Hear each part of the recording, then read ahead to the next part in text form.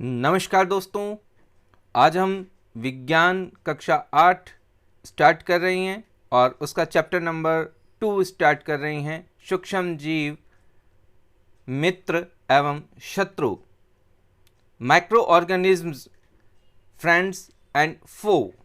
आप देख रहे हैं let's learn with Amit Kumar Khatri और मैं अमित कुमार खत्री आपका स्वागत करता हूं अपने चैनल पर। So let's start. देखिए, जैसा कि चैप्टर का नाम है सूक्ष्म जीव, मित्र एवं शत्रु, यानी कि ये माइक्रो ऑर्गेनिज्म के बारे में ये चैप्टर है। और माइक्रो ऑर्गेनिज्म फ्रेंड हो सकते हैं या फिर हमारे लिए एनिमी भी हो सकते हैं।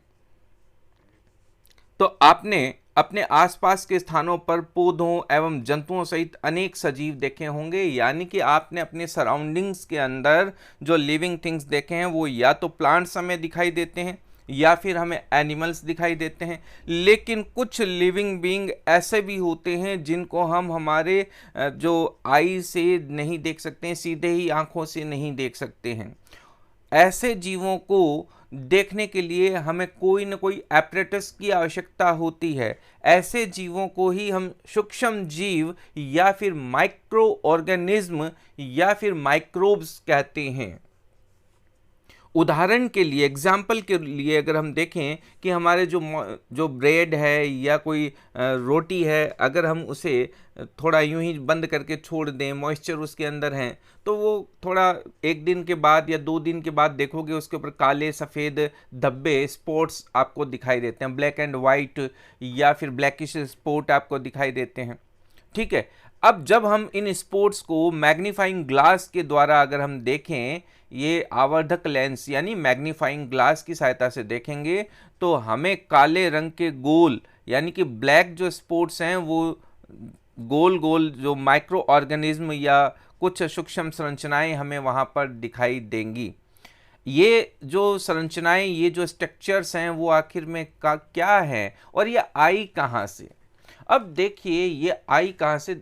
अब मैं आपको ये कह दूं कि हमारे आसपास जो भी एयर है, हमारी सराउंडिंग्स में ये जो स्पोर्स हैं, ये इनके जो माइक्रो ऑर्गेनिज्म हैं, इनके स्पोर्स हवा के अंदर इधर उधर रैंडमली मूव कर रहे हैं। और जब भी इन्हें इनकी फेवरेबल कंडीशंस मिल जाती हैं, थोड़ा सा टेम्परेचर मिल जाता है, मॉइस्चर मिल जाता है, फूड कंटेंट मिल जाता है, तो फिर ये डेवलप हो जाते हैं, ग्रो हो जाते हैं। ठीक है। तो ये हमारी सराउंडिंग्स में घूमते रहते हैं, इसलिए ये माइक्रो ऑर्गेनिज्म है। अब हमारे आसपास हैं लेकिन फिर भी हमें दिखाई नहीं देते हैं। तो अब जो टॉपिक स्टार्ट हो रहा है वो है सूक्ष्म जीव, माइक्रो ऑर्गेनिज्म, और हम इसे कहेंगे माइक्रोब्स। अब यहाँ पर कुछ जो एक्टिविटी दिखाई गई है, एक्टिविटी अगर हम 2.1 की बात करें तो उसमें दिखाया जा रहा है कि आपका जो गार्डन है, आपका जो भी मैदान है, जो प्लेग्राउंड है, ठीक है, वहाँ के जो आसपास से आप थोड़ी सी मिट्टी लीजिए, सॉइल लीजिए और उसे बीकर में लीजिए, या आप गीली मिट्टी लीजिए, इसमें थोड़ा सा पानी डालिए और मिट्टी के कण जब नीचे बैठ जाएं तो उस जो है पानी की कुछ बूंदें एक स्लाइड के ऊपर ले लें और उसे अपने स्कूल के अंदर जो सूक्ष्मदर्शी है, माइक्रोस्कोप है, उसमें आप उस स्लाइड का ऑब्जर्वेशन कीजिए। आप क्या देखते हैं जब हम ऐसी स्लाइड को माइक्रोस्कोप में देखते हैं, माइक्रोस्कोप के नीचे देखते हैं, तो हमें उसके अंदर कुछ माइक्रो ऑर्गेनिज्म मूवमेंट करते हुए दिखाई देते हैं। इसमें नेक्स्ट एक्सपेरिमेंट ये है कि आप अपने तालाब, पोखर की भी कुछ बूंदें ले सकते हैं। ठीक है, एक कांच की स्लाइड, ग्लास स्लाइड के ऊपर, लैब के अंदर आप ग्लास स्लाइड देख सकते हैं। आप अपने साइंस टीचर को कहिए कि वो आपको स्लाइड है, बीकर है, टेस्ट ट्यूब है, इनको थोड़ा सा ऑब्जर्व करवाए ताकि आप इन सब टर्मिनोलॉजी को समझ सको। ठीक है, अगर कभी मुझे मौका मिला और अगर मैं वीडियो ला पाया तो ज़रूर मैं आप लोगों के लिए लाऊंगा, पर पॉसिबिलिटीज़ हाल फिलहाल कम है, लेकिन देखेंगे इन द फ्यूचर मैं आपके लिए ये ऐसा करूंगा कि मैं आपको ये जानकारी दूं कि किस तरह की टेस्ट ट्यूब होती है। हाँ, आप लोग इसके लिए गूगल सर्च कर सकते हैं तो आपको पता लग जाएगा, बड़ा इजी है। ठीक है, आप आसानी से देख सकते हो, समझ जाओगे। अब देखिए आगे ये जो चैप्टर है, जब हम कंटिन्यू करते हैं इस चैप्टर को, तो चैप्टर हमें क्या समझाना चाह रहा है। देखिए इन प्रेक्षणों से, ऑब्जर्वेशन से, प्रेक्षण का मतलब होता है ऑब्जर्वेशन, ठीक है। इन ऑब्जर्वेशन से हमें पता चलता है कि मिट्टी यानी कि सॉइल एवं पानी यानी कि वाटर में अनेक छोटे छोटे सूक्ष्म जीव उपस्थित होते हैं। अब मिट्टी के अंदर भी हैं, और हमारा जो पानी है, गंदा पानी में तो श्योर है, और प्योर वाटर होता है उसमें भी कुछ ना कुछ माइक्रोब्स होते हैं। आजकल अगर मैं अपन उस पानी को एकदम फिल्टर कर लें तब तो बात है अलग, बाकी पानी के अंदर भी सूक्ष्म जीव मिल जाते हैं, माइक्रो ऑर्गेनिज्म। ये सूक्ष्म जीव, ये माइक्रो ऑर्गेनिज्म इतने छोटे होते हैं, इतने टाइनी पार्टिकल्स के फॉर्मेट में होते हैं कि इन्हें बिना एपरेटस, यंत्र, इंस्ट्रूमेंट की सहायता से नहीं देखा जा सकता है, या हम कहें कि हम नेक्ड आई के द्वारा हम इन्हें नहीं देख सकते हैं। आंखों के आगे हमें कोई ना कोई एपरेटस जैसे माइक्रोस्कोप हमें देखना ही पड़ेगा, मैग्नीफाइंग ग्लास के द्वारा हम इन्हें देख सकते हैं। इनमें से कुछ जैसे कि ब्रेड पर उगने वाले कवक यानी कि फंगी को मैग्नीफाइंग लेंस की सहायता से देखा जा सकता है। तो मैग्नीफाइंग ग्लास है, उसके द्वारा हम फंगी को या फंगस को हम देख सकते हैं, लेकिन जरूरी नहीं कि हम हर बैक्टीरिया को मैग्नीफाइंग ग्लास के द्वारा देख सकें। जबकि अन्य जो भी अदर्स जो हैं, यानी कि हम यहाँ माइक्रो ऑर्गेनिज्म्स की जो बात कर रहे हैं, उन्हें हम माइक्रोस्कोप की सहायता से ही देख सकते हैं। यही कारण है कि इन्हें हम सूक्ष्म जीव, माइक्रो ऑर्गेनिज्म और या फिर हम इसको माइक्रोब्स कहते हैं। सूक्ष्म जीवों को 4 मुख्य वर्गों में बांटा गया। अब देखिए अगर हम माइक्रो ऑर्गेनिज्म का क्लासिफिकेशन करना स्टार्ट करें, क्लासिफिकेशन बहुत ज़रूरी होता है, और क्लासिफिकेशन के द्वारा ही हम इनकी अच्छे से स्टडी कर पाते हैं। हमारी नेचर है ना ह्यूमंस की, कि हम स्टडी करना चाहते हैं, किसी के भी बारे में ज़्यादा से ज़्यादा जानना चाहते हैं। अब जब हम इनके बारे में कुछ जानना चाहते हैं, हम नॉलेज गेन करना चाहते हैं, तो फिर हमें इनको क्लासीफाई भी करना पड़ेगा। तो हम इनको 4 क्लासेस में डिवाइड करते हैं।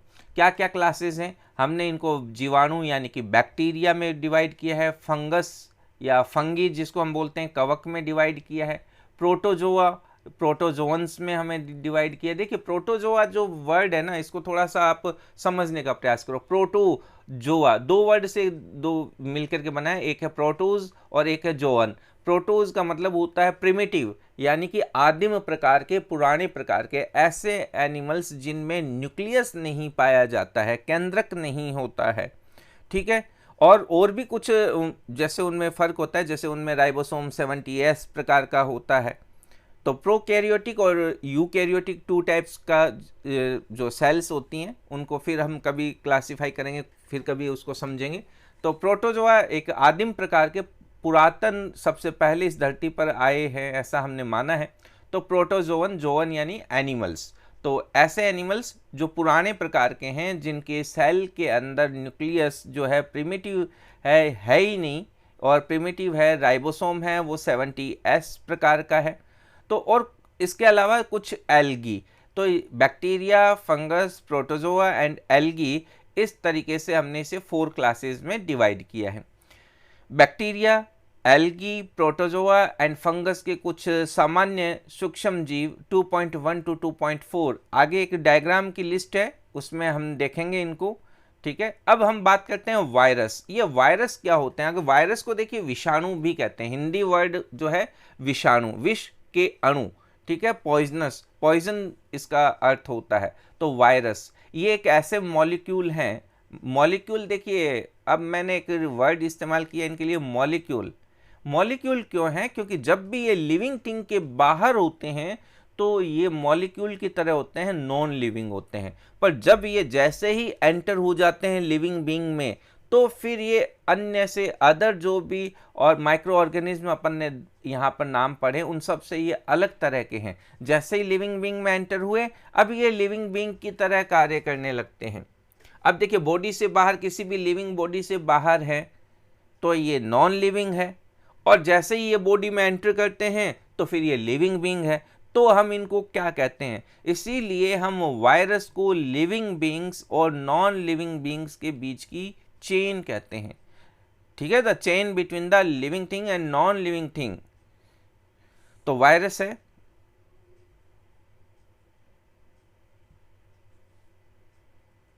अब जो ये वायरस होते हैं, ये वायरस क्या होते हैं? परपोषी होते हैं, ठीक है।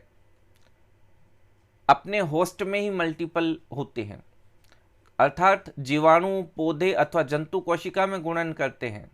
ये वायरस को भी अफेक्टेड करते हैं, प्लांट या एनिमल सेल के अंदर ये मल्टीप्लिकेशन करते हैं, यानी कि अपना नंबर इंक्रीज करते हैं। इनको कोई ना कोई लिविंग सेल जब चाहिए अपने मल्टीप्लिकेशन के लिए। कुछ सामान्य रोग जैसे कि जुखाम, इन्फ्लुएंजा यानी कि फ्लू, जुखाम जो हमें इन जनरल हमें जुखाम लग जाता है, और अधिकतर कफिंग जो खांसी है वो वायरस के द्वारा होते हैं। कुछ विशेष रोग जैसे कि पोलियो एवं खसरा यानी मीजल्स भी वायरस के द्वारा होते हैं। अब वायरस के द्वारा होने वाली अगर हम डिजीज़ की बात करें, बीमारियों की बात करें, तो सबसे जो है पोलियो, आपने सुना होगा पोलियो वैक्सीन। आप अगर सभी बच्चे हैं तो निश्चित रूप से आपने पोलियो वैक्सीन पी होंगी। अगर आप आरएस एस्पिरेंट हैं तो कुछ एक को छोड़ दूं तो बाकी सब ने पोलियो वैक्सीन पी होगी, ठीक है। सब आरएस एस्पिरेंट की बात नहीं करता, क्योंकि जब से ये प्रोग्राम शुरू हुआ है तब से ये रनिंग में सभी बच्चों को पिलाई जा रही है। अब अगर मैं यहाँ पर आपसे कंसल्ट कर ही लूँ कि भाई पोलियो की जो वैक्सीन है, पोलियो की जो दवाई है, हमारे देश में कब से पिलाना स्टार्ट हुआ। अब देखिए, भारत में पोलियो को हटाने के लिए एक प्रोग्राम चलाया गया था, पोलियो उन्मूलन कार्यक्रम। वो 1995 में यानी 1995 में स्टार्ट किया गया था। मेरे जो भी आरएस एस्पिरेंट हैं वो यहाँ पर इस बात को नोटिफाई करेंगे। हाँ, क्लास 8 के स्टूडेंट या छोटी कक्षाओं के बच्चे हैं वो ध्यान रख सकते हैं, जीके का क्वेश्चन हो सकता है उनके लिए, लेकिन वो थोड़ा सा उनके लिए हाई लेवल की बात हो जाएगी। अच्छा, ये 1995 में हमारे जो पल्स पोलियो जो प्रतिरक्षण जो अभियान है ये शुरू किया गया था, ठीक है। इसे PPP, ठीक है, इस तरीके से हम कह सकते हैं। और जब ये शुरू हुआ उस समय करीब करीब 1.5 लाख मामले हर साल दर्ज किए जा रहे थे, ठीक है। और इस बीमारी से निपटने के लिए हमारे देश भर में करीब करीब 23 लाख पोलियो सहायकों की जो टीम तैयार की गई। बहुत सारे अप्रॉक्सीमेटली 33,000 निगरानी केंद्र बनाए गए। तो ये थोड़ा सा फिर अलग एस्पेक्ट में हम चले जाएंगे, इसलिए अभी मैं इस बात को इतना ही स्टॉप करूंगा, इस पोलियो की बात को। उसके बाद में हम बात करते हैं मीजल्स। तो मीजल्स भी जो है वायरस के द्वारा होता है। इसके अलावा आपने नाम सुना होगा एड्स, ठीक है, एक्वायर्ड इम्यूनो डेफिशिएंसी सिंड्रोम, वो भी जो है वायरस के द्वारा होता है। अब हम बात करते हैं जैसे अतिसार यानी कि डायरिया और मलेरिया। मलेरिया जिसमें बुखार होती है, ये एक प्रोटोजोआ से ये बीमारी फैलती है, ठीक है, प्रोटोजोआ। अब देखिए, ये अलग अलग कैटेगरी है। कुछ बीमारियां हमें प्रोटोजोअन से होती है, ठीक है, कुछ बीमारियां हमें वायरस से होती है, ठीक है, कुछ बीमारियां हमें हेलमिंथीज से होती हैं, कुछ बैक्टीरिया से होती है। अब मैं आपको एक बीमारी और बताता हूँ। एक नाम आपने कॉमन सुना होगा, पायरिया डिजीज़, ठीक है। पायरिया का नाम आपने सुना होगा, हमारे गम्स की एक डिजीज़ है, जैसे गम्स के अंदर ब्लीडिंग होना स्टार्ट हो जाती है। तो ये भी एक प्रोटोजोआ से ही ये डिजीज़ फैलती है। तो डायरिया हो गया, मलेरिया हो गया, ठीक है, डायरिया, मलेरिया, और एक जो नाम मैंने अभी अभी आपको बताया है पायरिया, ये भी प्रोटोजोआ से होती है। इसके अलावा एक बीमारी और बता देता हूँ, अमीबाइसिस, ठीक है, अमीबाइसिस नाम की डिजीज़ भी प्रोटोजोआ से होती है। अब हम बात करते हैं बैक्टीरिया से। बैक्टीरिया से कुछ होने वाली जो डिजीज़ की बात करते हैं। एक है टाइफाइड, ठीक है, टाइफाइड होता है। एक क्षय रोग, ट्यूबरकुलोसिस जिसे हम बोलते हैं, टीबी जिसे हम बोलते हैं ट्यूबरकुलोसिस, ठीक है, टीबी। और इसी के साथ साथ एक होता है कुष्ठ रोग जिसे हम लेप्रेसी बोलते हैं। ये सारे जो है बैक्टीरिया से होने वाले रोग हैं, बैक्टीरिया से होने वाली डिजीज़ हैं। इनमें से कुछ सूक्ष्म जीवों के विषय में आप कक्षा क्लास 6 में कुछ के बारे में 7th में पढ़ चुके हैं, और अब हम कुछ को अपडेट करेंगे। अब देखिए, जो भी मेरे आरएस एस्पिरेंट्स हैं ना, उनके लिए इसके लिए एक स्पेशल वीडियो आपको आने वाले दिनों में निश्चित रूप से मिलेगा, ठीक है। अब आप कब देखेंगे, अगर अभी मैं बात कर रहा हूँ मई 2020, अब अगर आप वीडियो को कब देखते हैं इस पर डिपेंड करता है ये वीडियो कब आप तक पहुँच रहा है। तो हो सकता है प्लेलिस्ट में आपको अवेलेबल मिल जाए, और अभी अगर करंट के अगर मेरे RS एस्पिरेंट देखेंगे तो इनको फ्यूचर में मिलेगा। तो देखते हैं अब आप कब देखते हैं इस वीडियो को। अब यहाँ पर कुछ देखिए इमेज दिखाई जा रही है। अब यहाँ पर देखिए स्पाइरल बैक्टीरिया की है। स्पाइरल का मतलब है जो सर्पिल आकार के होते हैं, सांप जैसे आकृति के होते हैं। तो सर्पिलाकार, हिंदी में हम इनको कहेंगे सर्पिलाकार जीवाणु, और हम इसको इंग्लिश में अगर हम प्रोनाउंशिएट करेंगे तो वो कहेंगे स्पाइरल बैक्टीरिया। फिर अगर हम देखिए ये एक लंबे रोड शेप में है, छड़ के जैसे हैं, तो छड़ नुमा जीवाणु, ठीक है, इनके शेप के बेसिस पे हमने नाम दे दिया। तो और इंग्लिश में हम इसको कहेंगे रोड शेप्ड बैक्टीरिया, ठीक है, रोड शेप्ड बैक्टीरिया। अब आप यहाँ पर कुछ एल्गी के बारे में इस साइड में देख रहे हो, ये है क्लेमाइडोमोनास, ठीक है, क्लेमाइडोमोनास। अब देखिए ग्रीन आप इसमें देख पा रहे हो, तो ग्रीन है इसका मतलब ये क्लोरोफिल का पार्ट है। ये आप इसमें न्यूक्लियस देख पा रहे हो, ठीक है, और ये इसमें देखिए ये फ्लैजिला आप इसमें देख पा रहे हो। ये देखिए लंबे जो रिबन लाइक स्ट्रक्चर दिखाई दे रही है ना, ये सारे के सारे फ्लैजिला है। अब आप इधर जो एक नेक्स्ट जो इमेज देख पा रहे हो, ये स्पायरोगायरा नाम की एक एल्गी है, स्पायरोगायरा, ठीक है। इसमें स्पाइरल फॉर्मेट में होने के कारण ही इसका नाम जो है ये स्पायरोगायरा है। नेक्स्ट आप इमेज में देख पा रहे हो प्रोटोजोवन। अब ये प्रोटोजोवन्स हैं, ये अमीबा जो है प्रोटोजोवन, आपने देखा होगा, मैंने एक डिजीज़ बताई थी अभी जस्ट कुछ देर पहले, अमीबाइसिस, ठीक है। अमीबाइसिस जो है वो एक प्रोटोजोवन के द्वारा ही होती है, एंटमीबा हिस्टोलिटिका, ठीक है। और ये इधर आप एक दूसरा प्रोटोजोआ देख पा रहे हो, पैरामीशियम, ठीक है। इसकी जो अगर आप शेप की बात करोगे, इसकी शेप देखिए स्लीपर लाइक शेप है इसकी, पैरामीशियम की। और अमीबा की शेप हम कैसी कहेंगे, अमीबा की शेप हम कहेंगे इरेगुलर है, अनियमित है। उसके बाद में आप नीचे कुछ फंगस के बारे में देख पा रहे हो, फंगी के बारे में देख पा रहे हो। तो यहाँ पर जो फंगी है ब्रेड मोल्ड के बारे में बताया गया है, जिसको हम साइंटिफिक नेम जिसका राइजोपस है, ठीक है। राइजोपस जो है वो ब्रेड मोल्ड, ब्रेड के ऊपर है। पेनिसिलियम आप देख पा रहे हो, पेनिसिलियम से देखिए एक मेडिसिन भी बनाई जाती है, पेनिसिलियम नोटेटम नाम की एक फंगस का हम इस्तेमाल किया जाता है, और एक एंटीबायोटिक्स इससे बनाई जाती हैं। और एक ये एस्परजिलस आप देख पा रहे हो इधर, ये एस्परजिलस नाम की एक फंगस है। तो इस तरीके से हम इसको आगे देखते हैं कि ये किस किस प्रकार के ये माइक्रो ऑर्गेनिज्म होते हैं। अब हम कंटिन्यू करते हैं, नेक्स्ट पेज की तरफ हम स्क्रॉल करते हैं। तो नेक्स्ट पेज में देखिए कुछ वायरस के बारे में आपको बताया जा रहा है। पहले मैं थोड़ा सा इसके बारे में दिखा दूं। यहाँ पर आप देखोगे ये वायरस की एक इमेज दिखाई दे रही है। देखिए ये वायरस का हेड पार्ट है, और इस हेड पार्ट को इस साइड में जूम भी करके दिखाया गया है। इसमें कुछ देखिए इसका न्यूक्लिक पार्ट है इसमें, ठीक है, और ये बड़ा इसकी शेप को काफ़ी देखिए दिखाया गया है। इधर आप इसके नेक पार्ट को देख सकते हो, ठीक है, ये इसका नेक पार्ट है, ये इसका फुट पार्ट है, ठीक है। तो इस तरीके से ये एक वायरस का एक आइडेंटिकल आप डायग्राम कह सकते हो। अब हम बात करते हैं मित्रवत सूक्ष्म जीव, यानी कि जो फ्रेंडली कुछ माइक्रो ऑर्गेनिज्म होते हैं जो हमारे लिए बड़े फायदेमंद होते हैं।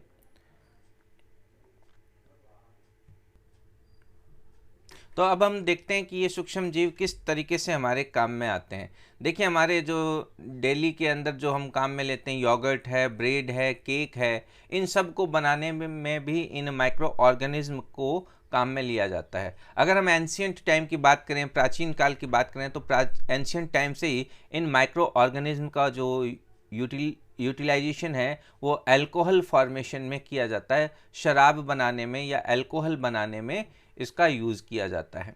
इसके अलावा अगर हम बात करें कि हमारा जो एनवायरनमेंट है, पर्यावरण को स्वच्छ रखने के लिए भी इनका उपयोग किया जाता है, यानी कि हमारे एनवायरनमेंट को क्लीन रखने में भी इनका जो है उपयोग है। उदाहरण के लिए अब इसका अगर हम एग्जाम्पल देखें तो वो क्या है, कार्बनिक अवशिष्ट, ऑर्गेनिक जो अवशिष्ट है, ठीक है। अब यहाँ पर अवशिष्ट का मतलब होता है वेस्ट, तो ऑर्गेनिक वेस्ट। अब ऑर्गेनिक वेस्ट क्या होता है, सब्जियों के छिलके हैं यानी पिल्स ऑफ वेजिटेबल्स हैं, ठीक है, जंतु अवशेष हैं, ठीक है, रिमेन्स ऑफ एनिमल्स हम कहते हैं, विष्ठा है यानी फेसिस एटसेट्रा, ये जो यानी फेसिस यानी कि मल है, विष्ठा है, इस तरीके के कोई भी पदार्थ हैं। इनका जो अपघटन है, ठीक है, यानी कि अपघटन का मतलब है ब्रोकन डाउन इनका जो है। तो अब इनका जो चेंजेस है तो जो जीवाणुओं द्वारा ही किया जाता है तथा हानि रहित पदार्थ बनते हैं। हानि रहित यानी हार्मलेस। तो ये जो ऑर्गेनिक वेस्ट है इन सबको बैक्टीरिया इनसे रिएक्शन करते हैं और इनको ब्रेक डाउन कर देते हैं, तोड़ देते हैं, सिंपल मॉलिक्यूल्स में तोड़ देते हैं और हार्मलेस सब्सटेंस में कन्वर्ट करते हैं। स्मरण कीजिए, जीवाणु का उपयोग औषधि उत्पादन, कृषि में मृदा की उर्वरता में वृद्धि करने में किया जाता है, जिससे नाइट्रोजन स्थिरीकरण होता है। अब देखिए, रिकॉल करना है आपको। रिकॉल कीजिए कि बैक्टीरिया का जो यूटिलाइजेशन है वो मेडिसिन फॉर्मेशन, मेडिसिन प्रोडक्शन के अंदर भी किया जाता है। सॉइल जो है, सॉइल की जो फर्टिलिटी है, ठीक है, फार्मिंग के अंदर हम सॉइल की फर्टिलिटी को ग्रो करवाते हैं। इसी के साथ साथ उस प्रोसेस को हम नाइट्रोजन फिक्सेशन भी कहते हैं। तो नाइट्रोजन फिक्सेशन क्या है? अब देखिए, एनवायरमेंटल नाइट्रोजन का हमारे सॉइल के अंदर जो मिक्स हो जाना या नाइट्रेट्स और नाइट्राइट्स में कन्वर्ट हो जाना नाइट्रोजन फिक्सेशन कहलाता है। और नाइट्रोजन जब फिक्स हो जाती है तो उसी फॉर्मेट में वह प्लांट्स के काम आती है। नाइट्रोजन हमारे एनवायरनमेंट में है तो बहुत ज़्यादा, आप देखोगे 78% नाइट्रोजन है, लेकिन हम उसको डायरेक्ट यूटिलाइज नहीं कर सकते हैं। ठीक है, डायरेक्ट यूटिलाइज हम उसका नहीं कर सकते हैं। आगे जैसे हम इस चैप्टर को स्क्रॉल करेंगे ना, तब आप उसको देखोगे, आगे एक इसमें डायग्राम आएगा नाइट्रोजन साइकिल का, उसमें हम इसको थोड़ा सा और इलेबोरेट करेंगे। अब हम इसको और अगर आगे की तरफ स्क्रॉल करते हैं तो दही एवं ब्रेड का बनाना। अब देखिए, योगर्ट एंड ब्रेड जो है इस मैकिंग इसी से होता है। तो जो भी आप योगर्ट की मैकिंग देखते हो, योगर्ट किस प्रकार से जमाया जाता है, दही किस प्रकार से बनाते हैं घर में। तो देखिए, जो दही कह लो, योगर्ट कह लो, कर्ड कह लो, ठीक है, कर्ड, योगर्ट थोड़ा सा और स्पेशल उसका फॉर्मेट होता है। इसी के साथ साथ ब्रेड तो ब्रेड है ही। तो आप क्लास 7th में पढ़ चुके हो कि बैक्टीरिया यानी जीवाणु दूध को दही में परिवर्तित कर देते हैं। हम पहले से थोड़ा सा जो कर्ड है, वो स्मॉल अमाउंट का कर्ड, हम थोड़ा दूध को गर्म करते हैं, मिल्क को थोड़ा सा गर्म करते हैं, उस गर्म गुनगुना करते हैं, जिसको हम कहते हैं ना स्लाइटली हॉट। तो उसके अंदर हम क्या कर देते हैं, हम उसके अंदर थोड़ा सा जो कर्ड मिला देते हैं और वो जो है वो दही में कन्वर्ट हो जाता है। तो ल्यूक वार्म मिल्क हम कह सकते हैं, गुनगुना दूध है तो इसको हम ल्यूक वार्म, ठीक है, हल्का गुनगुना, हल्का सा गर्म। तो दही के में यानी कि कर्ड में अनेक सूक्ष्म जीव पाए जाते हैं, जिनमें लैक्टोबैसिलस नाम का जीवाणु जो प्रमुख है। अब देखिए, दही के अंदर जो एक बैक्टीरिया पाया जाता है ना, उसका जो नाम होता है लैक्टोबैसिलस। अब एक और आप ध्यान रखिए, इनमें दूध के अंदर एक एसिड पाया जाता है। देखिए, खट्टा है तो दूध के अंदर एक तरह का जो एसिड होता है वो लैक्टिक एसिड होता है, ठीक है, लैक्टिक एसिड। और लैक्टिक एसिड पर जो बैक्टीरिया काम कर रहा है वो लैक्टोबैसिलस हो गया, तो दूध को दही में परिवर्तित कर देता है। ये जो लैक्टोबैसिलस है ना, यही दूध को, तो उसमें अगर हम कहें ग्लूकोज कौन सा है तो हम कहेंगे लैक्टोज है, ठीक है। एसिड कौन सा है? Lactic acid. भाई, दूध से दही में कन्वर्ट हुआ तो थोड़ी जो खटास बनी है वो उस लैक्टिक एसिड के कारण ही तो बनी है। और आपने कई बार देखा होगा कि जब हम कभी बहुत ज़्यादा एक साथ काम कर लेते हैं, हमारी मसल्स को बिना मतलब का एकदम स्ट्रेन कर देते हैं, खिंचाव उत्पन्न कर देते हैं, तो भी उसमें है अलग से पेन हो जाता है। वो अलग सा पेन भी हमारी मसल्स के अंदर जो है लैक्टिक एसिड बनने के कारण हो गया है। हाँ, मसल्स का लैक्टिक एसिड और दही का जो लैक्टिक एसिड है, अब आप अलग अलग इसको थोड़ा सा देख लेना। वैसे साइंटिफिकली कंपाउंड एक ही है। अब दूध को दही में परिवर्तित किया जाता है। वह दूध में जो दूध को दही में परिवर्तित कर देता है, वह दूध में जनन कर उसे दही में परिवर्तित कर देता है। अब जो देखिए, हमने मिल्क के अंदर जो थोड़ा सा जो कर्ड ऐड किया है ना, अब वहाँ पर मल्टीपल होता है, रिप्रोडक्शन होता है उसका, और रिप्रोडक्शन के कारण वो जो बैक्टीरिया है उसका नंबर इंक्रीज होता जाता है, और फिर वो पूरे मिल्क को कन्वर्ट कर देता है, चेंज कर देता है कर्ड के अंदर। और ये जो चेंज है एक प्रकार का केमिकल चेंज भी होता है। बैक्टीरिया जो है पनीर यानी चीज़, अचार एवं अनेक खाद्य पदार्थों के उत्पादन में सहायक होता है। अब देखिए, आपने देखा होगा कि हमें इडली है, भटूरे हैं, इनको अगर बनाना है तो इनमें दही और हम सूजी, रवा सूजी काम में लेते हैं। ऐसा क्यों है कि हम दही को काम में लेते हैं, यानी कर्ड को इस्तेमाल क्यों किया जाता है? क्या आप ऐसा कुछ इमेजिन कर सकते हैं? अब देखिए, मैं आपको अभी इसको क्लियर करूंगा, इस पॉइंट को। अब देखिए, यहाँ पर कुछ एक्टिविटी है कि एक बर्तन में आप आधा किलोग्राम आटा अथवा मैदा लेकर उसमें थोड़ी सी चीनी डालकर गर्म जो जल से मिलाइए और इसमें थोड़ी सी मात्रा यानी 1 चुटकी ईस्ट पाउडर। ईस्ट अपने आप में फंगस होती है, फंगी है, ठीक है। ईस्ट डालकर मिलाकर गूंथ लीजिए। आप 2 घंटे बाद क्या देखते हैं? आप गूंदे हुए मैदे को ऊपर उठा हुआ या फूला हुआ पाते हैं। यानी कि कुल मिला के हम क्या करते हैं कि एक जो फाइन फ्लोर लेते हैं, यानी मैदा लेते हैं। फाइन फ्लोर के अंदर हम थोड़ा सा जो है ईस्ट पाउडर डालते हैं, थोड़ी सी चीनी डालते हैं, शुगर, और उसके बाद में हम उसके अंदर जो ल्यूक वार्म वाटर के साथ उसका डो बना लेते हैं और उस डो को थोड़ी देर के लिए 2-2.5 घंटे के लिए रख देते हैं। तो आफ्टर 2 आवर्स हम देखते हैं कि वो जो है डो जो है फ्लफी हो जाता है, यानी फूल जाता है, स्पंजी हो जाता है। ऐसा क्यों हुआ?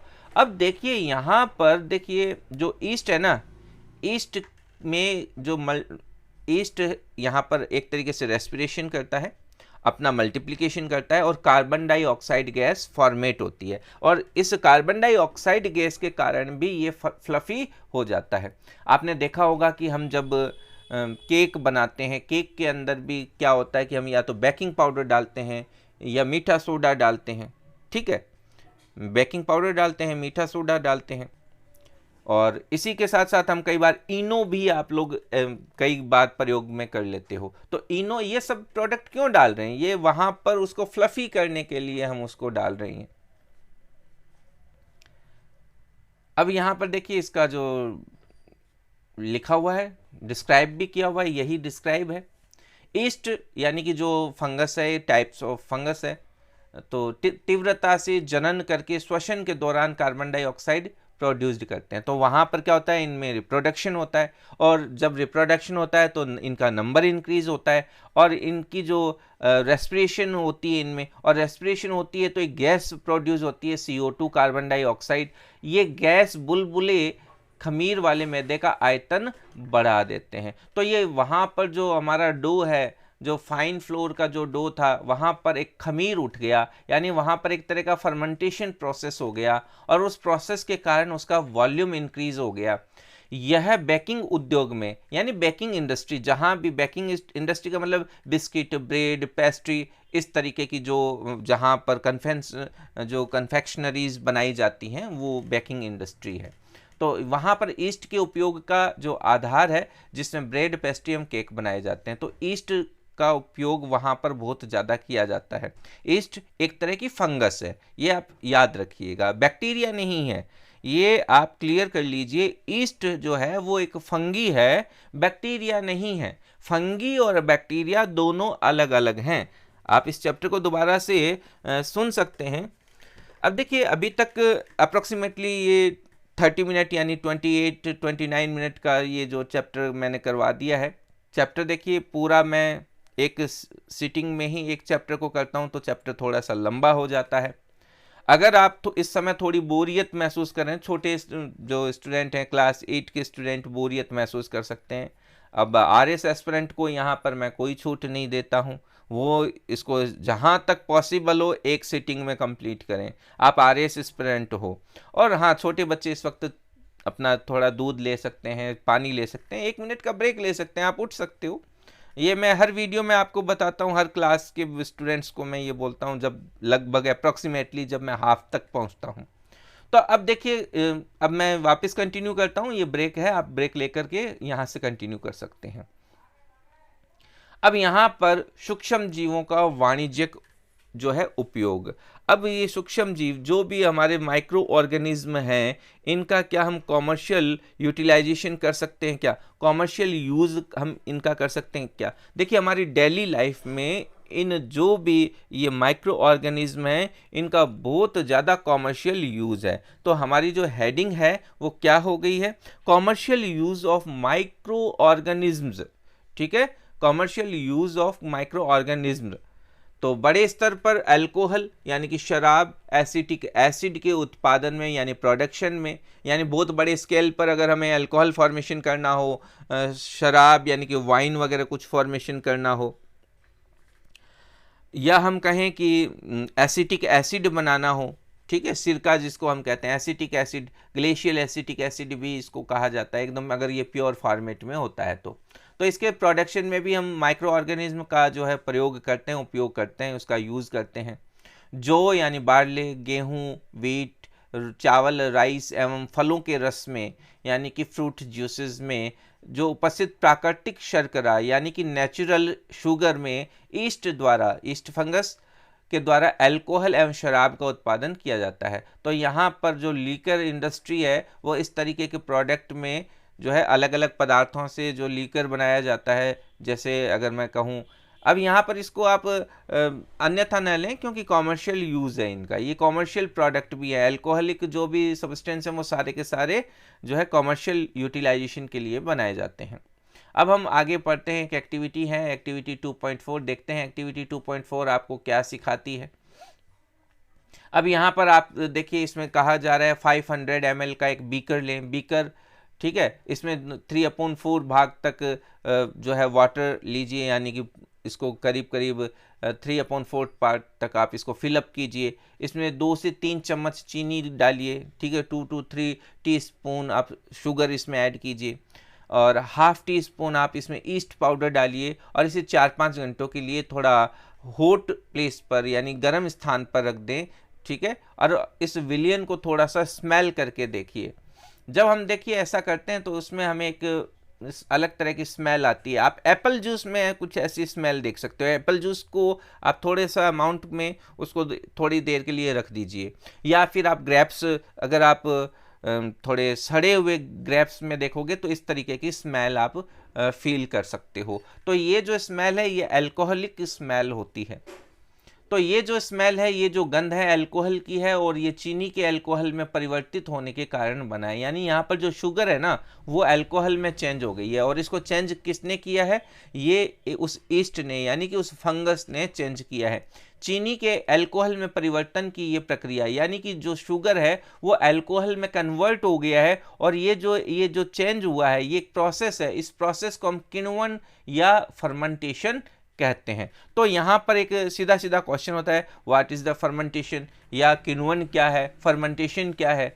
तो ये एक प्रोसेस है जिसमें जो शुगर होती है वो अल्कोहल में चेंज हो जाती है, और ये जो प्रोसेस है यही फर्मेंटेशन का प्रोसेस होता है। अब देखिए आखिर इस फर्मेंटेशन प्रोसेस की खोज किसने की। अब देखिए हम बुक्स में ये पढ़ते हैं लुई पास्चर ने फर्मेंटेशन की खोज की। अब हमने लेसन की शुरुआत में क्या पढ़ा, एंशियंट टाइम में भी जब अल्कोहल फॉर्मेशन किया जाता था तो इस प्रोसेस से किया जाता था। अरे ठीक है, हमने दुनिया को किताबों में लिख दिया कि लुई पास्चर, अब जब भी एग्जाम में क्वेश्चन आएगा तो हमें वहाँ लुई पास्चर ही करना है। लेकिन ये तो एंशियंट टाइम से व्यक्ति जानता है ना। हाँ, हम कह सकते हैं उसे पर्टिकुलर फर्मेंटेशन नाम जो है, फर्मेंटेशन इस प्रोसेस को पर्टिकुलर वे में लुई पास्चर ने बताया। बाकी तो हम कर्ड भी है, हम एंशियंट टाइम से बना रहे हैं, ठीक है, चीज़ है, पनीर है, और अल्कोहल है यानी शराब है, ये सारी चीज़ें हम जो है एंशियंट टाइम से बना रहे हैं।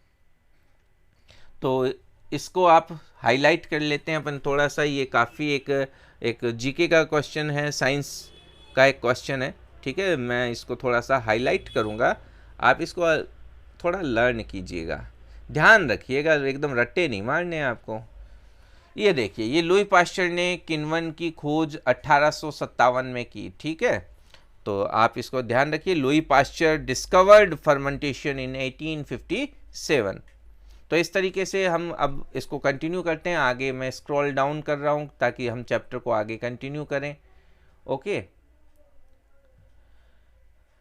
अब देखिए सूक्ष्म जीवों के औषधीय उपयोग, medicinal use of micro organism.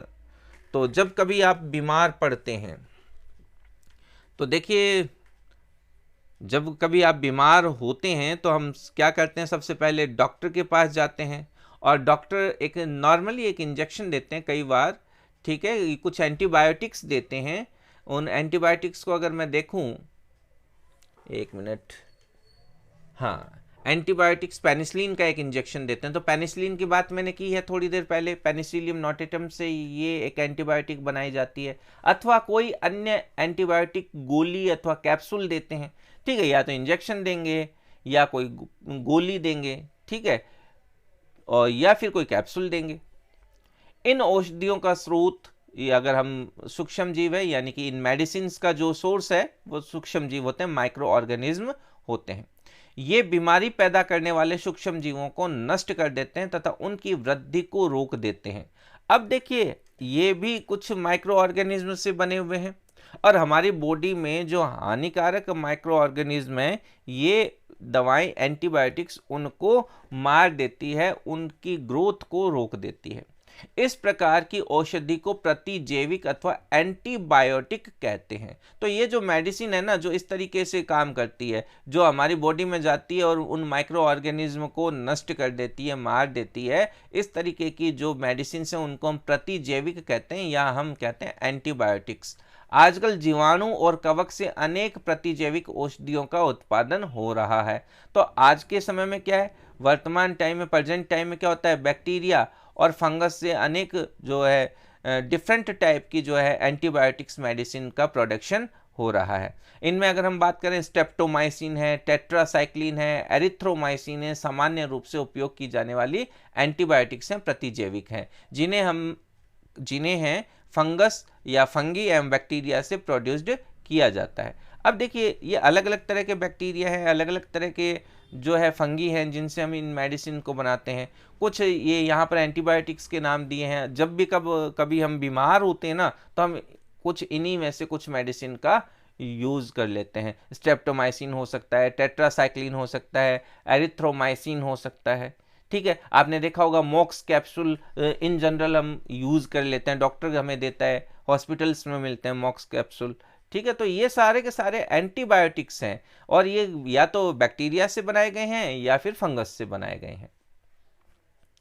किसी विशिष्ट प्रकार के सूक्ष्म जीव का संवर्धन करके प्रतिजैविक का उत्पादन किया जाता है, जिन्हें अनेक रोगों में चिकित्सा में उपयोग में काम में लेते हैं। अब संवर्धन का मतलब क्या हो गया, संवर्धन का मतलब एक तरह से उनका कल्टीवेशन करना, एक तरीके से उनका जो है प्रोडक्शन करना, बड़े एरिया में उनको पैदा करना, ठीक है।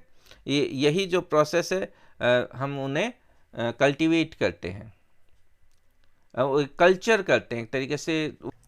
तो ये जो एंटीबायोटिक्स है, तो इनको हम माइक्रो ऑर्गेनिज्म के द्वारा हम जो है जो बनाते हैं, हम प्रोड्यूस्ड करते हैं।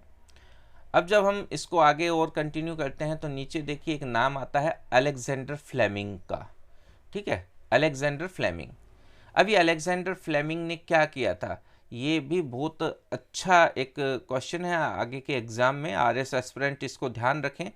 सीधा सीधा अगर ऐसा क्वेश्चन आ जाता है, सीधा सीधा, थोड़ा सा घुमा के आते हैं अक्सर, लेकिन सीधे क्वेश्चन आ जाएं तो भाई ये हमें फ़ायदा दे सकते हैं। जनरल साइंस आती है आरएस में और बहुत अच्छा कवर करती है, वो काफ़ी सारा पार्ट होता है जनरल साइंस का। तो देखिए सन 1929 में यानी 1929 में अलेक्जेंडर फ्लेमिंग ने जीवाणु रोगों से बचाव हेतु एक संवर्धन पर प्रयोग कर रहे थे।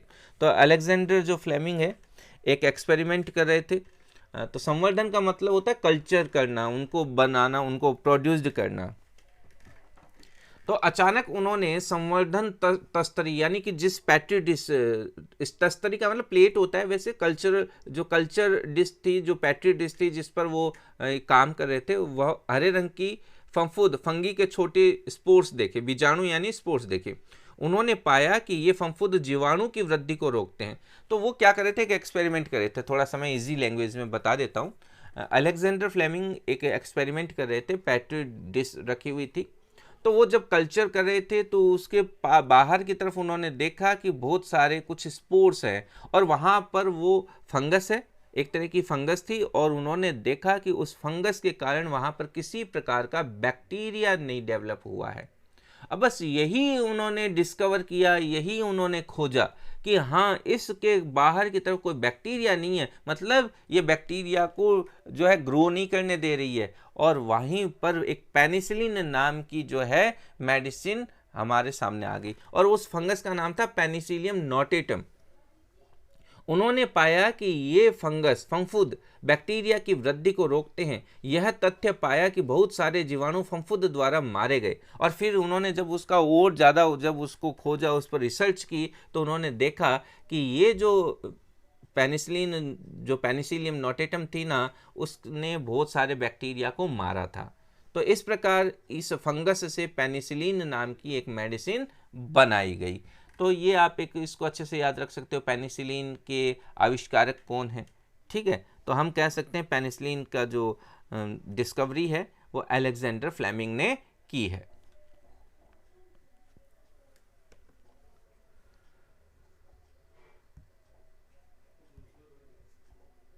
इसको मैं अब स्क्रॉल करता हूं।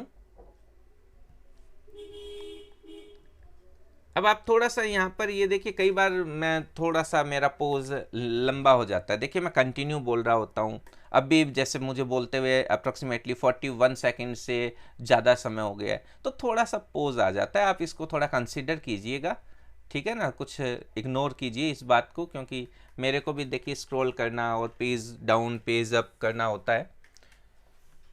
अब हम कंटिन्यू करते हैं आगे। पशु आहार, ठीक है, पोल्ट्री फार्म जो है हमारे, अगर मैं बात करूं,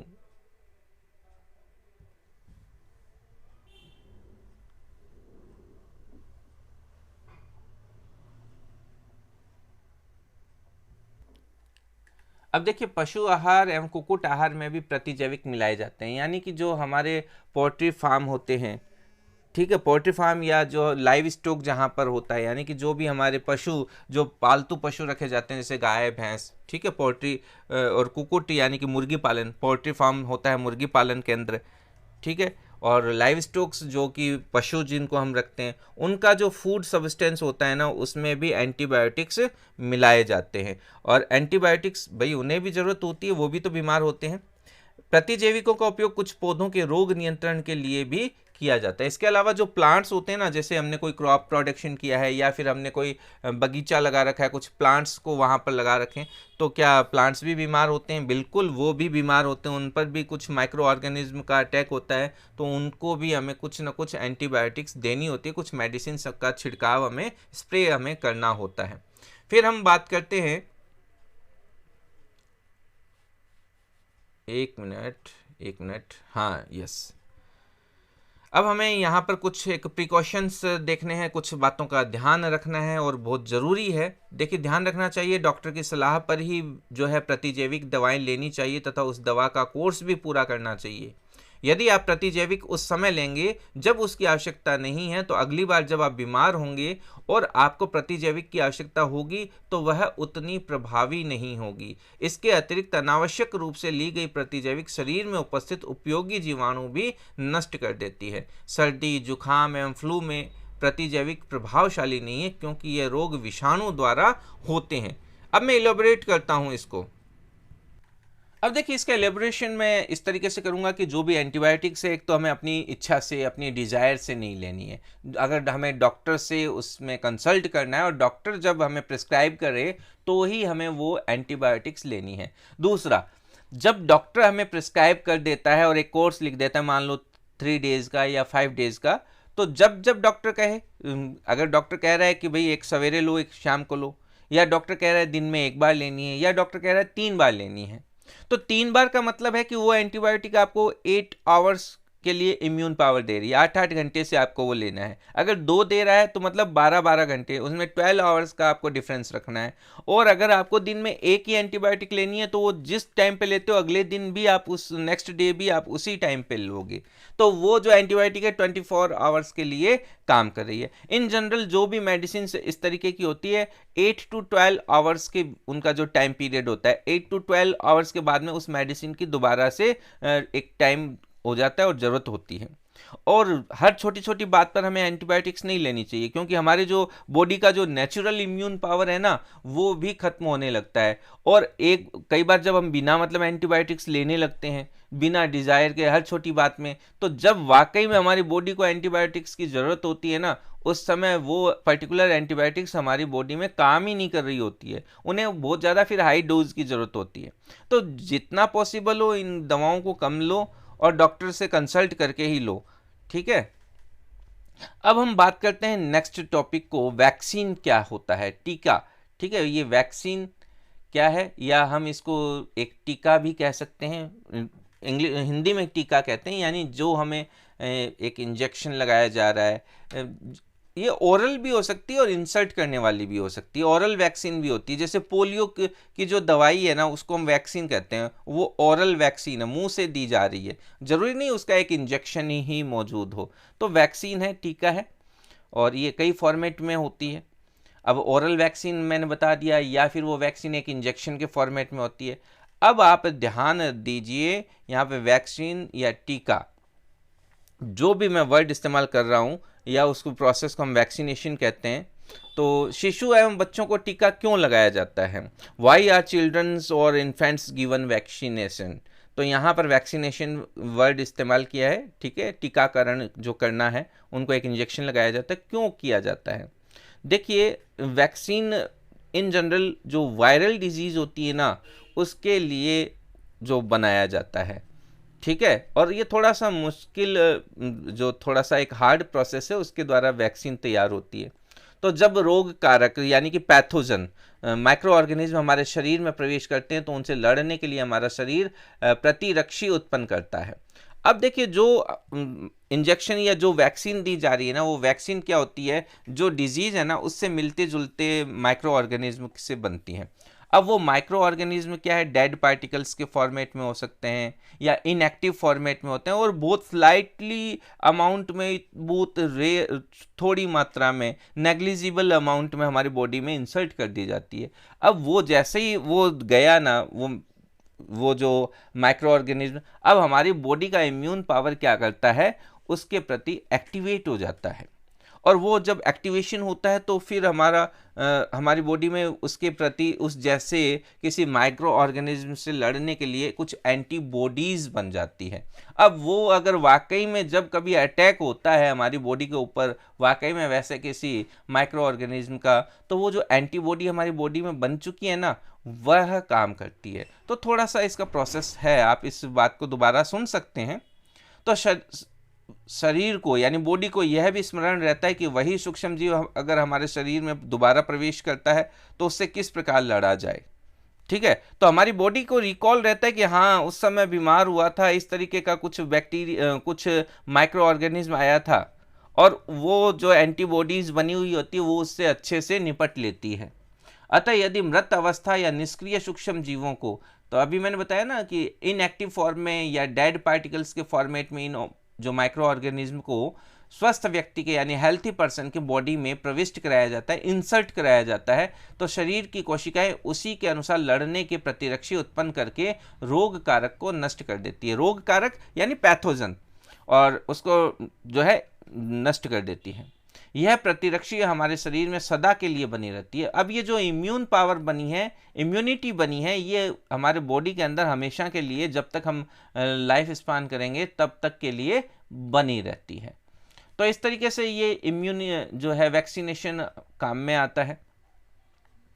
यह प्रतिरक्षी, ठीक है, हमारे लाइफ स्पान तक बनी रहती है, तथा रोग कारक सूक्ष्म जीव से हमारी सुरक्षा होती है और हमें प्रोटेक्शन मिल जाती है।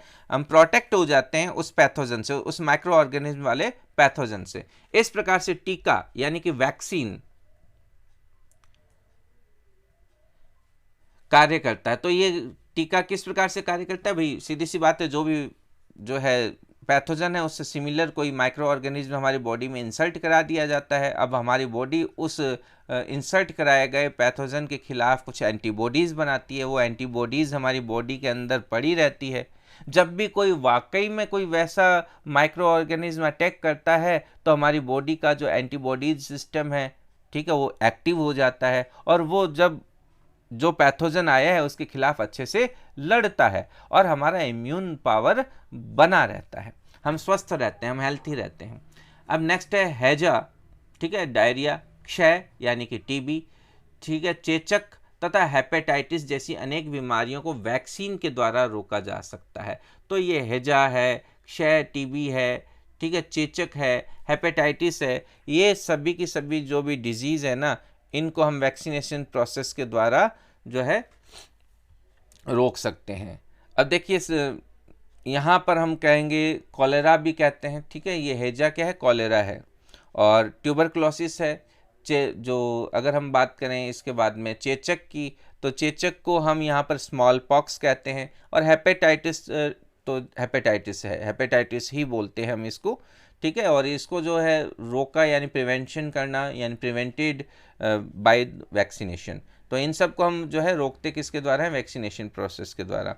अब यहाँ पर एक जो काफ़ी इम्पोर्टेंट वापस से आ चुका है, जो एडवर्ड जेनर जो है, एडवर्ड जेनर के लिए 1798 में चेचक के टीके की खोज की थी। तो Edward Jenner discovered the vaccine for smallpox in 1798। तो 1798 में 1798 के अंदर ये इसकी डिस्कवर की है एडवर्ड जेनर ने। तो ये एक थोड़ा अच्छा मैसेज है, एक अच्छी जीके का क्वेश्चन है, हाईलाइट कर देता हूँ मैं इसे, आप थोड़ा सा ध्यान रखिएगा। तो एडवर्ड जेनर ने जो है 1798 में 1798 में जो चेचक के वैक्सीन की, स्मॉल पॉक्स के वैक्सीन की जो है डिस्कवरी की है।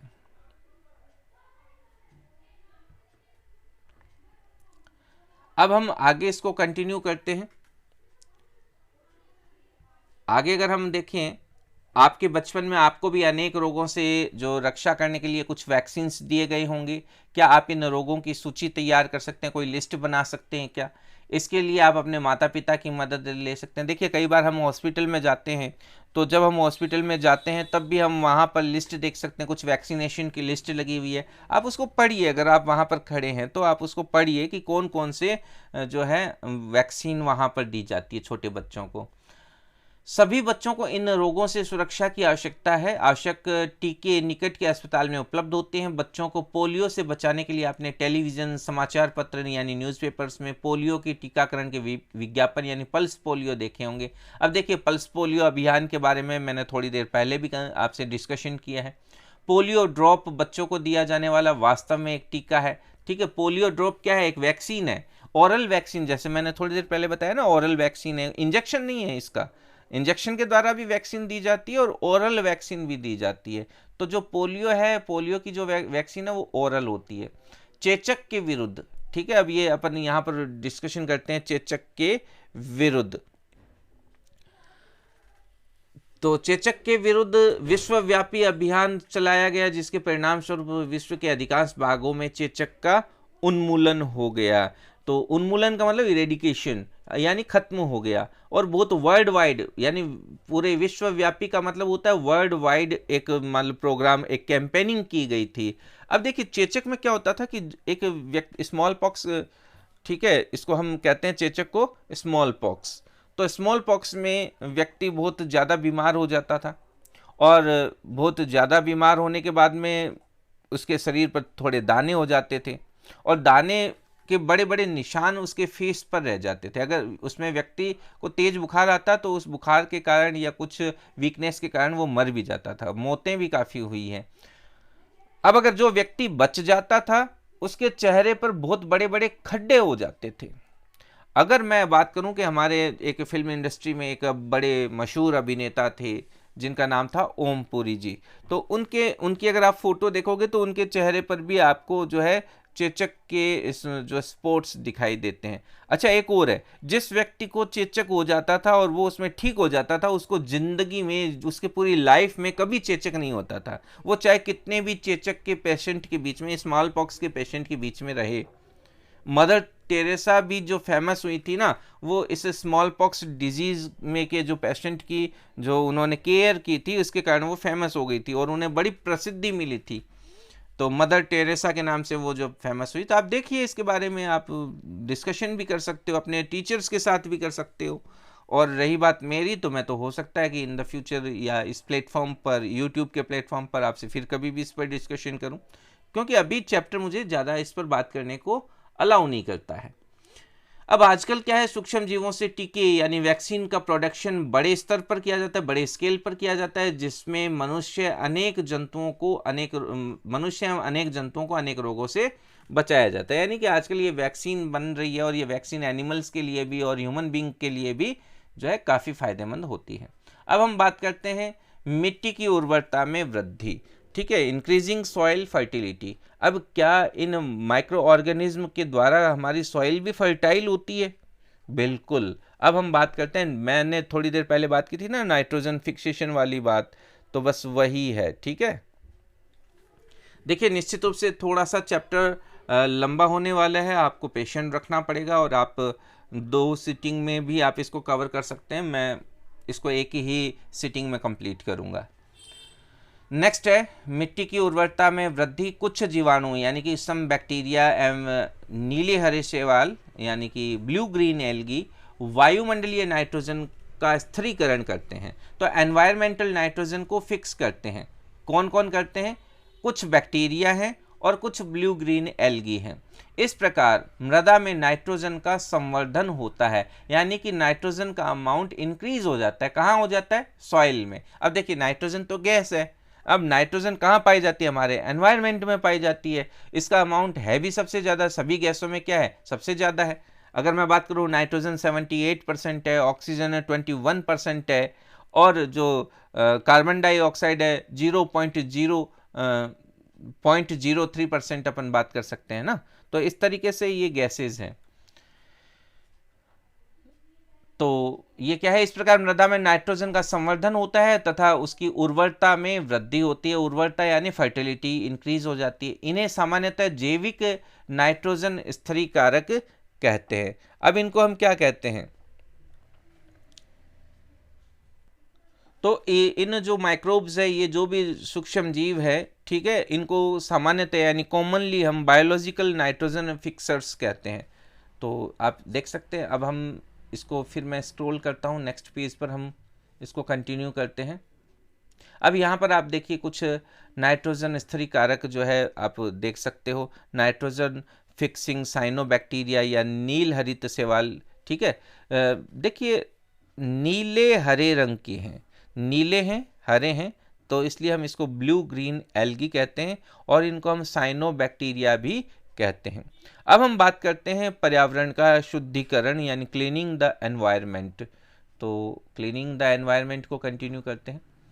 अब आपने विद्यालय के माली को देखा होगा, ठीक है, तो माली यानी गार्डनर जो है, माली को देखने के पश्चात पहेली और बूझो और दूसरे विद्यार्थियों ने घरों व बगीचों से पत्तियां एवं फल सब्जियों का कचरा एकत्रित करके उसके निपटान के लिए बनाए गए गड्ढे में डाला। कुछ समय बाद इसका विघटन यानी डिकम्पोज होने से ये खाद में परिवर्तित हो गया, मैन्योर में परिवर्तित हो गया। पहेली और बूझो जानना चाहते हैं ये किस प्रकार से हो सकता है? तो भाई सीधी सी बात है, जो भी वेजिटेबल पिल्स हैं या फिर मैं कहूँ कि जो गिरी हुई जो लीव्स हैं, पेड़ों से जो पत्तियां गिरी हैं, उन्हें आप सबको इकट्ठा कीजिए और एक जो अपने लैंड में एक थोड़ा सा गड्ढा कीजिए, पिट बनाइए और उसमें ये डाल दीजिए और उसको कवर कर दीजिए। थोड़े समय बाद में जब हम उस पिट को वापस से ओपन करेंगे, वापस से उसको खोदेंगे, तो हम नीचे देखेंगे कि जो पिल्स वगैरह थे वो सारे के सारे पिल्स वगैरह तो है ही नहीं, वो कहाँ गए। लेकिन वहाँ पर आप थोड़ा सा ब्लैक ब्राउन या ब्लैकिश थोड़ा सा एक अलग सा मिट्टी का कलर देखोगे, वो सब उस मिट्टी में मिक्स हो गई हैं और वहाँ पे कुछ अलग सा पदार्थ बन गया है, कुछ सब्सटेंस क्रिएट हो गया है, वह मैन्योर है, खाद है। ठीक है, उसे हम ऑर्गेनिक मैन्योर या नेचुरल मैन्योर भी कहते हैं। फर्टिलाइजर्स तो क्या होते हैं? फैक्ट्रियों में बने होते हैं, और मैन्योर क्या होता है? नेचुरल प्रोडक्ट होता है। अब देखिए यहाँ पर कुछ एक्टिविटी दी जा रही है। 2 गमले लेकर प्रत्येक को मिट्टी से आधा भर दीजिए, इन्हें ए एवं बी चिन्हित कीजिए। ए गमले में पौधों का कचरा भर दीजिए तथा दूसरे गमले में बी में पॉलीथीन की थैली, कांच की खाली बोतलें, प्लास्टिक के टूटे खिलौने इत्यादि भर दीजिए। 3 से 4 सप्ताह बाद यानी 3 to 4 वीक्स के बाद आप उसका ऑब्जर्वेशन कीजिए। तो देखिए हम यहाँ पर देखते हैं जो भी वेजिटेबल पील्स हैं या जो भी जो लीव्स वगैरह हैं वो सारे के सारे क्या होते हैं, डिकम्पोज हो जाते हैं। लेकिन जो हमने दूसरे पॉट के अंदर, जो दूसरे गमले के अंदर, फ्लावर पॉट के अंदर हमने जो प्लास्टिक के पीसेस लिए थे, टूटे हुए कांच के पीस लिए थे, पॉलीथीन लिए थे, वो सब डिकम्पोज नहीं होते, वो वैसे के वैसे पड़े रहते हैं। ठीक है, इस प्रकार से हम कह सकते हैं कि ये जो ऑर्गेनिक मटेरियल है ये डिकम्पोज हो सकते हैं। तो अब ये डिकम्पोज कैसे हुए, देखिए इन पर कुछ माइक्रो ऑर्गेनिज्म ने काम किया। तो सूक्ष्म जीव, अब मैं यहाँ से स्टार्ट करता हूँ। सूक्ष्म जीवों द्वारा पादप अपशिष्ट का अपघटन कर उसे खाद में बदल दिया गया। इस प्रक्रिया में बने पोषक पौधों द्वारा पुनः उपयोग किए जाते हैं। क्या आपने ध्यान दिया, गमला बी में पॉलीथीन की थैली, कांच की खाली बोतलें, खिलौनों के टूटे टुकड़ों में इस प्रकार का परिवर्तन नहीं हुआ, तो सूक्ष्म जीव उन पर क्रिया करके खाद में परिवर्तित नहीं कर सकते। तो इस तरीके के जो ऑर्गेनिक मटेरियल है ना, वो तो मैन्योर में कन्वर्ट हो सकते हैं, लेकिन जो हमारे और प्लास्टिक, पॉलीथीन वगैरह हैं, लोहा है, कांच की बोतल है, इसके ऊपर इस तरीके के माइक्रो ऑर्गेनिज्म अपना काम नहीं करते हैं, तो वो चेंज नहीं होते हैं। आप अक्सर बड़ी मात्रा में मृत जीवों को सड़ते हुए पादप व कभी कभी सड़ते हुए जंतुओं के रूप में देखते हैं। आप देखते हैं कुछ समय बाद वह विलुप्त हो जाते हैं। इसका मुख्य कारण क्या है कि सूक्ष्म जीव मृत जैविक अवशिष्ट का अपघटन करके उन्हें सरल पदार्थों में परिवर्तित कर देते हैं। यह पदार्थ अन्य पौधों एवं जंतुओं द्वारा पुनः उपयोग में लाए जाते हैं। अब देखिए होता क्या है, देखिए हम हमारे नेचर में सड़ी गली सब्जियां, सड़ी गली पत्तियां, इन सबको देखते हैं।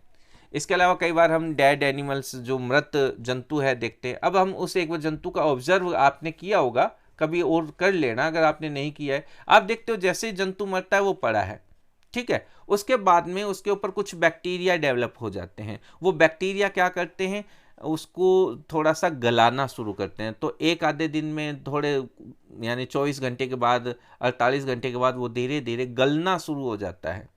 ठीक है, गलते गलते गलते गलते आप देखोगे कि वो बहुत ज़्यादा गंदी स्मेल, फॉल स्मेल वहाँ पर प्रोड्यूस हो जाती है। फॉल स्मेल जब होती है, एनवायरनमेंट में बदबू आने लगती है। अब उसके ऊपर आप देखो कुछ मैगट्स, कुछ लार्वा डेवलप हो गए हैं, और धीरे धीरे वो उस पूरे एनिमल को डिकम्पोज करने लगते हैं, गलाने लगते हैं, और आखिर में एक दिन वो पूरा सूख जाता है और मिट्टी का पार्ट बनने लग जाता है। फिर हम कुछ समय बाद में देखते हैं कि उस एनिमल की कुछ हार्ड बोन्स ही दिखती है, बाकी पूरा एनिमल हमें नहीं दिख रहा है। और बहुत लंबे समय के बाद वो जो बोन्स हैं वो भी उस सॉइल का पार्ट बन जाती है।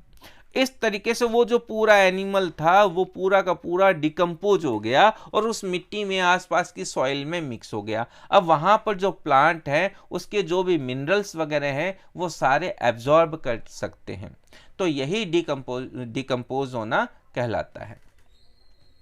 तो अब हम इसको और आगे देखते हैं। इस प्रकार हानिकारक एवं दुर्गंध युक्त पदार्थों का निम्नीकरण करने के लिए हम सूक्ष्म जीवों का उपयोग करते हैं और हमारे पर्यावरण का शुद्धिकरण करते हैं। तो हमारे एनवायरनमेंट को क्लीन करने में भी इन जो है माइक्रो ऑर्गेनिज्म का काफ़ी ज़्यादा योगदान होता है। ये हमारे लिए काफ़ी हेल्पफुल है। तो हमने क्या किया, अभी तक हमने हमारा कॉमर्शियल यूज़ के लिए माइक्रो ऑर्गेनिज्म का यूटिलाइजेशन देखा, हमारे एनवायरनमेंट को क्लीन करने के लिए, नाइट्रोजन फिक्सेशन को करने के लिए, है ना, हमारी सॉइल फर्टिलिटी भी तो इससे हो रही है। अब हम इसका एक दूसरा एस्पेक्ट पढ़ते हैं, हानिकारक सूक्ष्म जीव। अब ये किस प्रकार से हमारे लिए हानिकारक होते हैं, हार्मफुल माइक्रो ऑर्गेनिज्म के बारे में हम पढ़ते हैं। तो सूक्ष्म जीव अनेक प्रकार से हानिकारक हैं। कुछ सूक्ष्म जीव मनुष्य, जंतुओं एवं पौधों में रोग उत्पन्न करते हैं। ठीक है, रोग उत्पन्न करने वाले ऐसे सूक्ष्म जीवों को रोगाणु या रोगजनक कहते हैं, यानी पैथोजन कहते हैं। तो ऐसे such as a micro organism जो डेवलप करते हैं, हमें कुछ डिजीज हमारे लिए डेवलप कर देते हैं, तो हम उनको पैथोजन्स कहते हैं। और कुछ सूक्ष्म जीव जो भोजन, कपड़े एवं चमड़े की वस्तुओं को संदूषित कर देते हैं। तो कई बार क्या करते हैं ये, जैसे हमारे कपड़ों के अंदर हमने कपड़े समेट करके रखे और उसमें फंगस लग गई, ठीक है, तो या फिर हमने देखा कि हमारे जो लेदर की जो भी ऑब्जेक्ट्स थे, लेदर के ऑब्जेक्ट्स खराब हो गए। तो इस तरीके से ये हमें कुछ नुकसान पहुंचाते हैं। वो नुकसान इकोनॉमिकल भी हो सकता है हमें। तो उनकी हानिकारक गतिविधियों के विषय में और हम कुछ जानकारी प्राप्त करते हैं। तो हार्मफुल एक्टिविटीज क्या क्या है हम देखते हैं। अब हम बात करते हैं मनुष्य में रोग कारक सूक्ष्म जीव।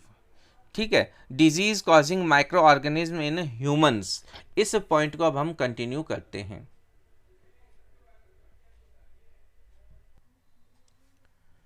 तो अब अगर मैं देखूं तो अभी तो चैप्टर काफ़ी लंबा, देखिए रिमेनिंग पार्ट इसका काफ़ी ज़्यादा है।